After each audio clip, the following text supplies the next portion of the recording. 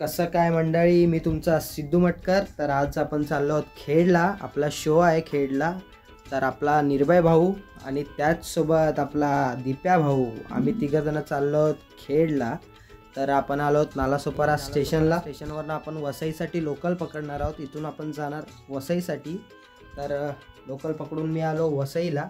मी आणि माझ्या बॅगेसोबत चला धावपळ करत करत कसे तरी आम्ही पोचलो वसईला. कारण वसईवरनं आमची ट्रेन होती आणि ट्रेनला खूप म्हणजे खूप गर्दी होती. आणि ह्या दोघांचं काय चाललं आहे काय समजत नाही. असू दे, पण तुम्ही आता गर्दी बघू शकता. गर्दी ही फक्त कोकणात जाण्यासाठी गर्दी आहे. तर इथून आम्ही ट्रेन पकडली. आम्हाला ट्रेनमध्ये बसायला तर काय भेटलं नाही, पण आम्ही उभं राहूनच प्रवास केला 4-4.5 तास. रात्री ट्रेन पकडली, सकाळी आम्ही पोचलो 4 वाजता. तर खेडला आम्ही जस्ट पोचलो, ते बघू शकता. आणि खेडवरनं आपल्याला जायचं होतं दापोलीला. तर इथून पहिला आपण खेडच्या बसस्टॉपला गेलो. बसस्टॉपला आता पोचलो आणि बसस्टॉपवरनं आम्ही आलो दापोलीला. दापोलीला आम्हाला घ्यायला आपला आदी भाऊ आणि आपला अक्षय दादा दोघंजणं आले होते आपली रिक्षा घेऊन. तर इथे आम्ही चाय नाश्ता केला आणि इथून आम्ही निघालो दापोलीला.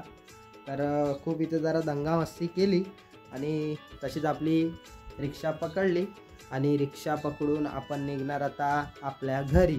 घरी जायचं, आरामाने करायचा. प्लॅन तर पुढे काही नाही, फक्त जाऊन आराम करायचा. कारण उभं राहून आलो आहे ट्रेनमधून, एकदम दमलो आहे पूर्ण. हा स्ट्रगल आहे बँजोवाल्यांचा. चला आपण रिक्षातून निघालो आहोत. आता आपण जाणार घरी. घरी जायचं, मस्त आराम करायचा, चाय नाश्ता करायचा.